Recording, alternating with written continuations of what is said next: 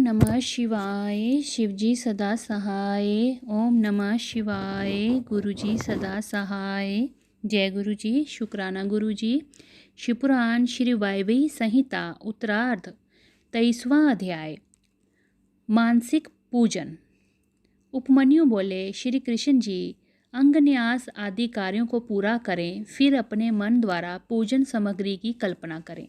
सामग्री को जुटाकर उससे विधि पूर्वक विघ्न विनाशक श्री गणेश का पूजन करें। दक्षिण तथा उत्तर में क्रमशः नंदी एवं सुभद्रा का पूजन करें। कमल के सुंदर और कोमल आसन पर त्रिलोकीनाथ भगवान शिव व देवी पार्वती को उस पर स्थापित करें। शिव पार्वती की स्थापना कमलासन पर करने के बाद भक्तिपूर्वक विधि विधान के साथ उनका पूजन करें।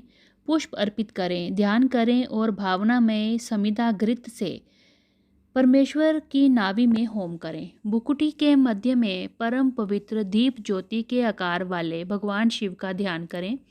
ये ही वानप्रतिक भावनामय आराधना है। इसे पूर्ण करने के बाद अग्नि या स्थंडिल लिंग में पूजन करें। इति श्री 23वां अध्याय समापत।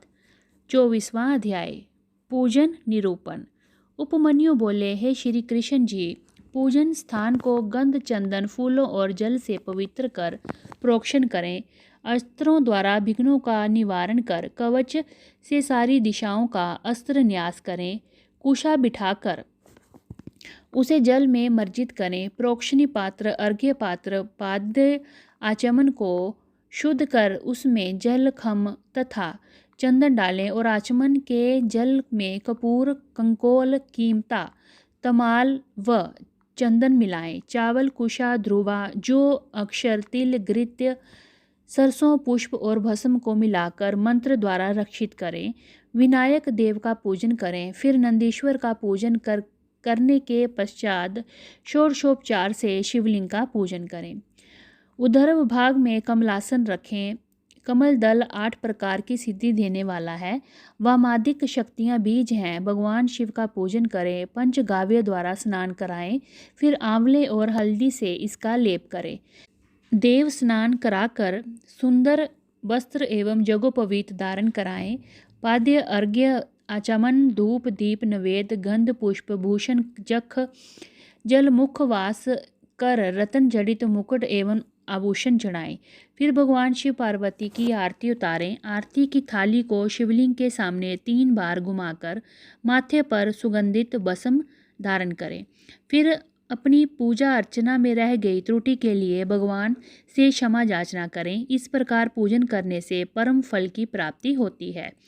इति श्री 24वां अध्याय समापत। 25वां अध्याय। नित्य कृत्य विधि। उपमन्यु बोले, हे कृष्ण जी, दीपदान करने से पहले आरती एवं पूजन भी किया जाना चाहिए। सर्वप्रथम ईशान देव से लेकर शौर्यजात तक भगवान शिव का जाप करें। पहले आवरण में हृदय से लेकर अस्त्र न्यास तक पूजन करें। पूर्व में इंद्र, दक्षिण में यम, पश्चिम में वरुण, उत्तर में कुबेर, अग्नि कोण में अग्नि, नैऋति में वायु की पूजा करनी चाहिए। कमल से बाहर ब्रजादि आयुधों का पूजन करना चाहिए। तत्पश्चात सभी स्थानों से 8 लोकपालों का पूजन कर माँ जगदम्बा का पूजन कर उनकी आराधना करें। योग, ध्यान, जप और होम कृतों में 6 तरह का नैवेद्य होना चाहिए। उसके बाद कपूर, कंकोल, जावित्री, कस्तूरी, केसर, मृगमद, सुगंधि, पुष्प आदि अर्पण कर घी का दीपक जलाएं। फिर हाथी दांत से निर्मित आसन, दिव्य शस्त्र, चंवर, भेरी और मृदंग चढ़ाएं। अपनी सामर्थ्य के अनुसार किया गया शिव पूजन उत्तम फल देने वाला होता है। शिवजी में अनन्य भक्ति रखने वाले प्राणी को अवश्य ही मुक्ति प्राप्ति हो जाती है। इति श्री 25वां अध्याय समापत। 26वां अध्याय। सांगोपांग पूजन। उपमन्यु बोले, हे श्री कृष्ण जी, शिव पूजन परम फलदायक है। बड़े बड़े पापी, ब्रह्म हत्यारे, चोर, व्यभिचारी पुरुष यदि शिव पूजन करें तो उनके सभी पाप नष्ट हो जाते हैं।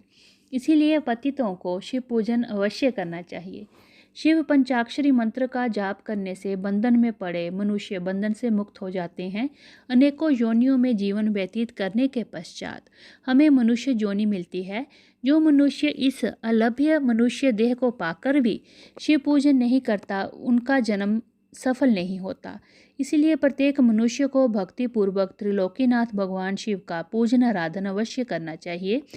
भगवान शिव के पूजन के समान अन्य कोई भी धर्म नहीं है। ये मनुष्य को सभी संसारिक बंधनों एवं मोह माया से मुक्ति दिलाने वाला है। शिव पूजन करने के पश्चात मनुष्य को परिवार एवं बंधु बांधवों सहित प्रसाद बांटना चाहिए। इति श्री 26वां अध्याय समाप्त। 27वां अध्याय अग्निकृत्य विधान।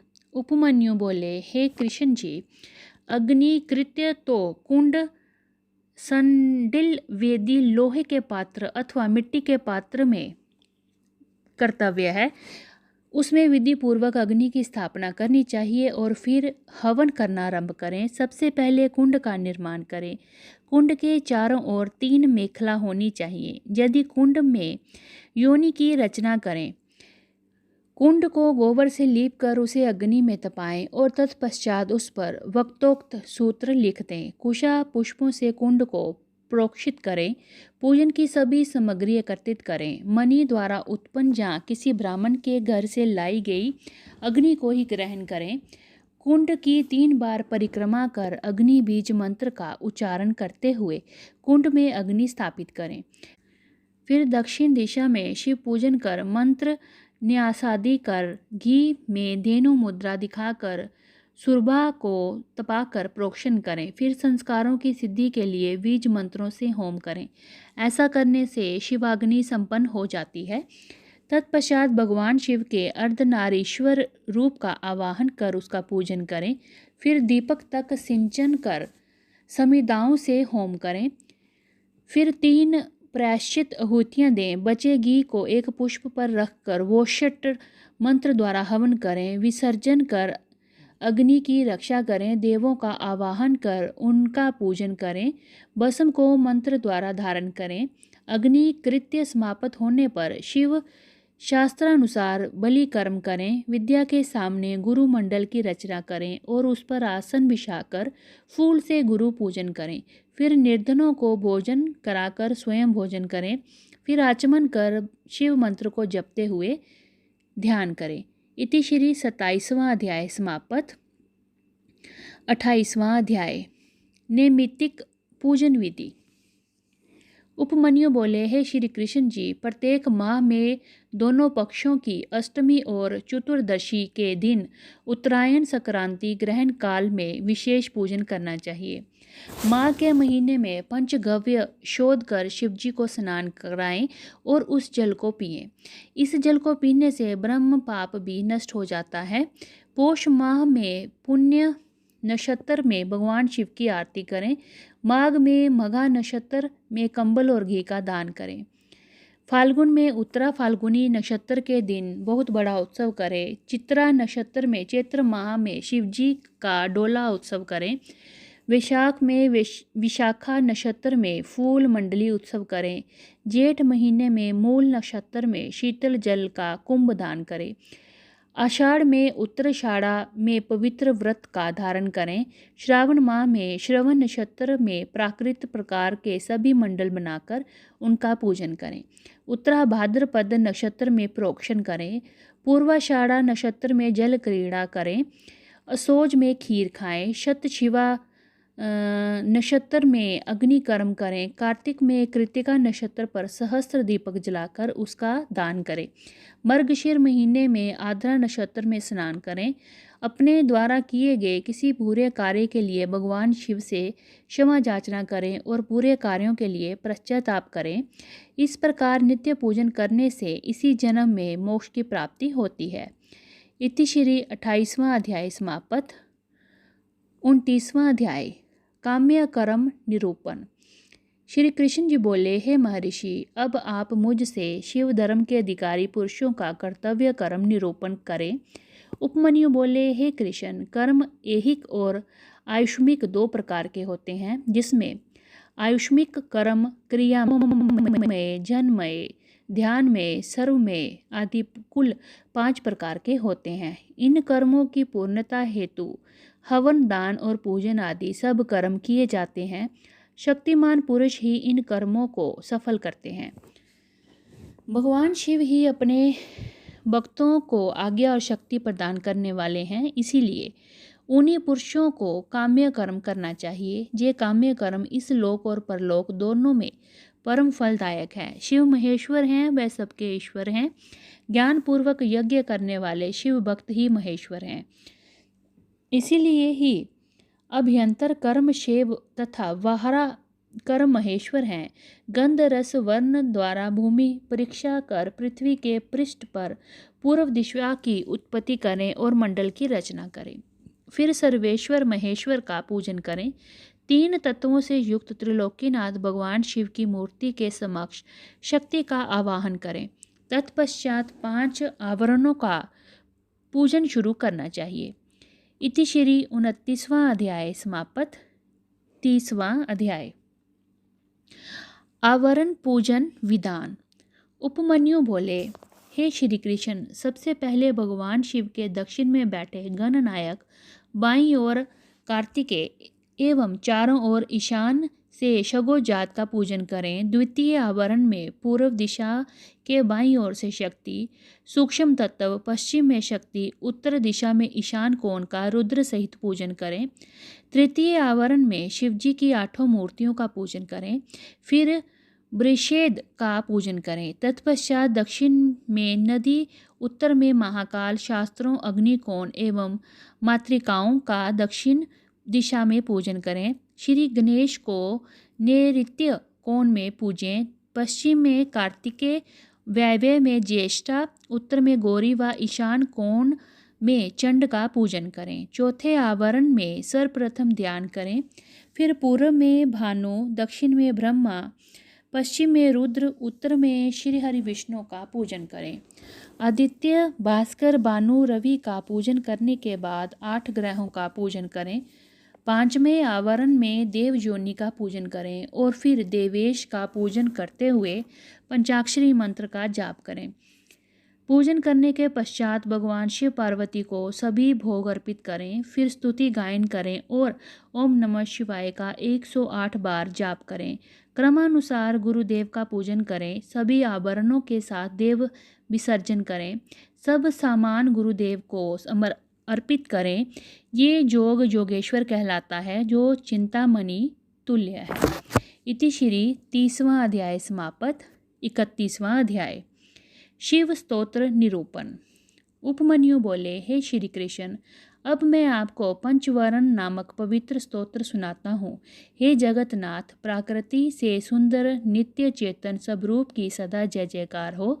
हे सरल स्वभाव वाले पतित चरित्रवान सर्वशक्ति संपन्न पुरुषोत्तम, तुम्हारी सदा ही जय हो। हे मंगल मूर्ति, कृपा निधान, देव आदि देव, मैं आपको प्रणाम करता हूँ। भगवान, पूरा संसार आपके वश में है। प्रभु, आप सब पर अपनी कृपा करके अपने भक्तों की कामनाओं को पूरा करें। हे जगदम्बा, हे मातेश्वरी, आप हम सब भक्तों के मनोरथों को पूरा कीजिए। हे गणनायक, हे स्कंद देव, आप भगवान शिव की आज्ञा का पालन करने वाले और उनके ज्ञान रूपी अमृत को पीने वाले हैं। भगवान, आप मेरी रक्षा करें। हे 5 कला के स्वामी, आप मेरी अभिलाषा पूरी करें। हे 8 शक्तियों के स्वामी, आप सर्वेश्वर शिव की आज्ञा से हमारी कामनाएं पूरी करें। हे 7 लोकों की माता, आप मेरी प्रार्थना स्वीकार करें। हे विघ्न विनाशक, आप हमारे शुभ कार्यों में आने वाली सभी विघ्नों को दूर करें। इस प्रकार ये आवरण स्तोत्र अत्यंत शुभ है। प्रतिदिन इस कीर्तन को श्रवण करने वाला पापों से छूटकर मोक्ष को प्राप्त होता है। इति श्री 31वां अध्याय समाप्त। 32वां अध्याय सिद्धि कर्मों का निरूपण। उपमन्यु बोले, कृष्ण जी, सर्वप्रथम प्राणवायु को जीतना चाहिए, क्योंकि इस पर विजय प्राप्त होने से सब वायुओं पर विजय मिल जाती है। क्रमानुसार अभ्यस्त किया गया प्राणायाम सब दोषों को हटा देता है। ये शरीर की भी रक्षा करता है। जब प्राणवायु पर विजय प्राप्त हो जाती है तो विष्ठा, मूत्र, कफ सभी मंद पड़ जाते हैं। श्वास वायु लंबी तथा देर से आने लगती है। हल्कापन, दूत्रगमन, उत्साह, बोलने में चातुर्य, सभी रोगों का विनाश सब प्राणायाम की सिद्धि से पूरे हो जाते हैं। इंद्रियों को वश में करने का नाम प्रत्याहार है, क्योंकि इंद्रियों ही विषयों में संलग्न होती हैं। सभी इंद्रियों को वश कर लेना ही परम सुखकारी होता है। ये ही विद्वानों का ज्ञान और वैराग्य प्रदान करता है। अपनी इंद्रियों को वश कर लेने से आत्मा का उद्धार होता है। अपने हृदय को एकाग्र करना और शिव चरणों में समर्पित कर देना ही संसारिक बंधनों से मुक्ति प्रदान करता है। इति श्री 32वां अध्याय समाप्त।